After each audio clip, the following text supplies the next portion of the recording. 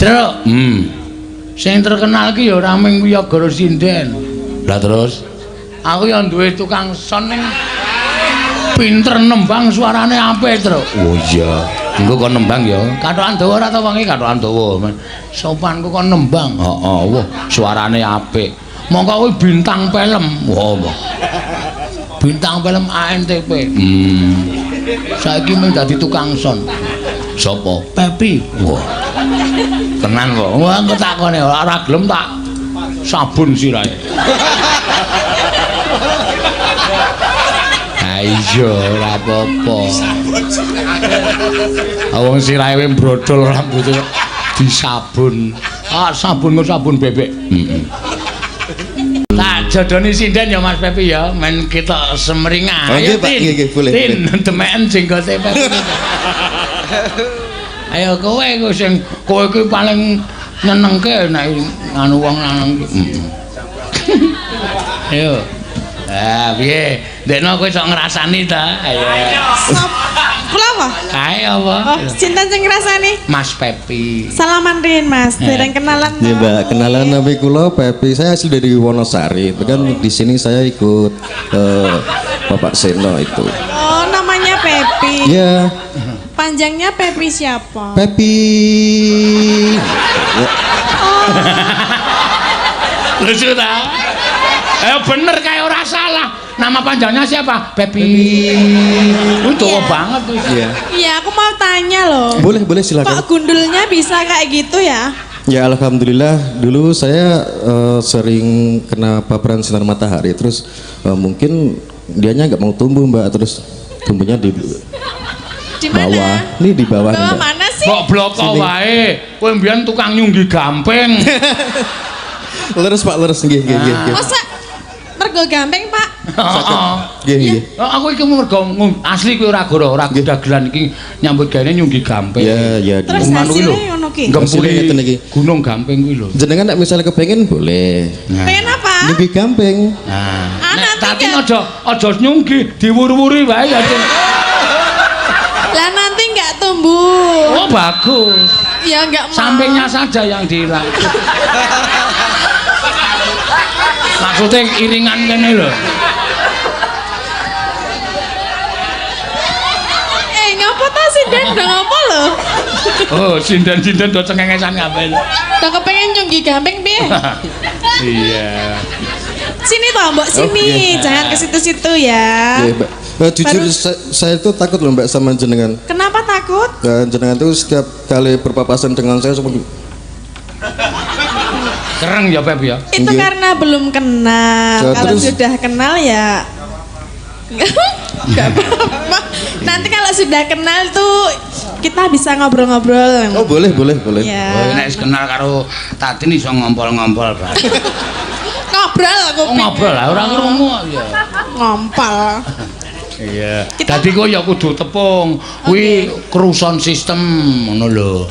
Keluhan-keluhan tentang sound system ki dikandhake Pepi kuwi kok dikandhake operatore. Oh, miku sok kurang anu lho Mas. Kirang pripun Mbak? Kurang munggah ngono lho, suarane kurang banter. Kirang munggah ngoten nggih? Nggih. Oh, siap. Mangke apa ki jenenge? Apa ta jenenge sing puteran ngono wae. Nah, sing kuwi dipunter aja aja nggo dolanan. Oh, mboten. Sajine kok men stabil ngono lho Nggih, suarane. siap nggih Mbak. Ayo ngayal, nah aku tetep nggo dolanan. Hah? Nek nggo dolanan. Maksudnya nek sindane muni iki tak cilekke ngik ngono. Nek kurang gede tak gedhekke ngik ngono. Ya engko ora stabil suarane no. Ora apa-apa, justru ora stabil. Mangke Jonjing kok. dadose munggah mudhun Pak nek tinggi dolanan suwantene. Kok dadi ngono. Nggih. Apa seneng ngono kuwi? Ayo, sik. Kowe kok grogi to kok sirahmu keringetan to? Mboten. Apa saya mengkilap? Gawan bayi, Pak. Wah, masa ayo ora ana rambutnya tenan to, Mas? Wonten Mbak niki? Yo, tapi mboten kula obral. Oh. Oh, aku ya enggak mau rambutmu lho, rambutmu. Oh, lah nggih. Kok ya keriting-keriting banget tapi. Nek jenggote piye, Tin, menurutmu? Apik to? Kelebatan. Oh, aku nek sing jeneng model Werkudara ngono kuwi. Werkudara kuwi asline jenggote ngono kuwi ning bagus, nek iki ra elek. Napa nggih to Pak, kula jane ganteng kok Pak jane. Ah iya nek rambutnya cukul. Ya istimewanya dia di gundulnya itu loh. Kowe oleh sono tuku nang toko apa jenenge toko nggon masakan kuwi golek minyak samin. Kuwi wis diteliti nang Kanada. Kuwi kancaku mbiyen gundul tak olesi minyak samin kuwi wah ireng. Apa nih? Dirubung semut ndak, Dek? Ora tuku rambutnya. Ora, nek ra ireng. Dadine apa? Ayo, tembangke, Tin. Ya. Kan Mas Pepi. Lho kowe sik nembang engko dangdute berdua, Mas Pepi memang wis. Aku mau denger suaranya Mas Pepi katanya bagus loh. Lah tadi udah nyuwara kok Ya. kamu itu budek. Hah? Ya, sing dangdutnya kan belum. Ayo engko ditembangke. Kita duet ya, Mas. Oh boleh, nggih. Siapa dulu yang nembang? Jenengan Den, Mbak. Kula. Nggih. Oh, nggih. Apa, Dek? Dek zaman berjuang jarak kelingan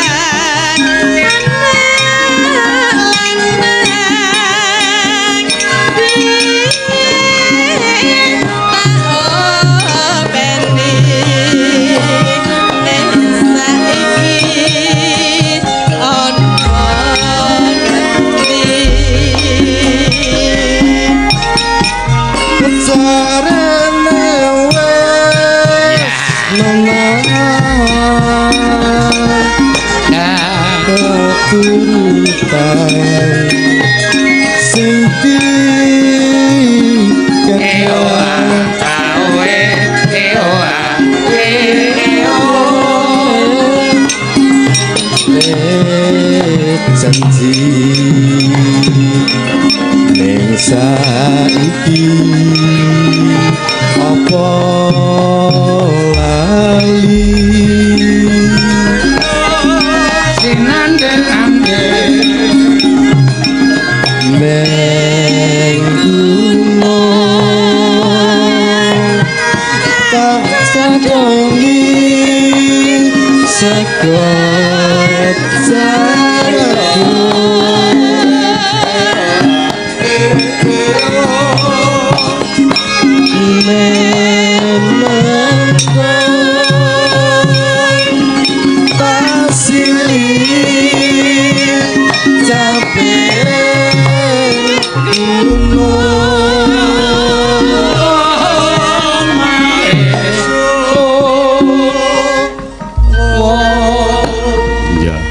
Sokor Sokor bisa nyawang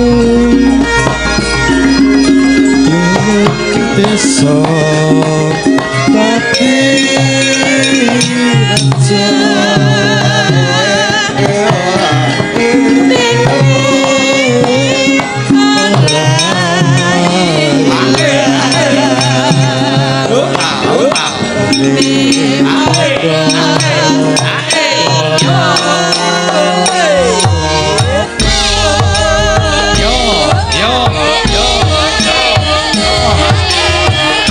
Ayo jangan diam saja, Beb.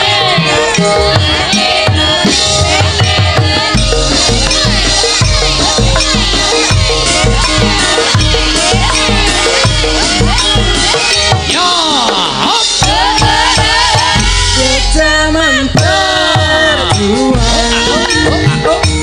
kelingan anak-anak minta openi saiki ngendi carane wes melang turutan sing dikatakan yen janji saiki ono lali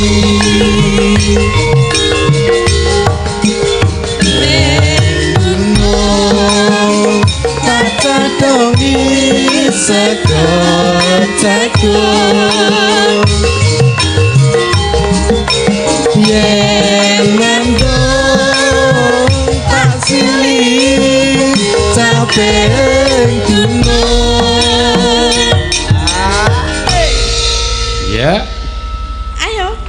Teng pundi? Ayo neruske lho, arep nang endi? Berapa terusannya, Mbak? Syukur. Syukur bisa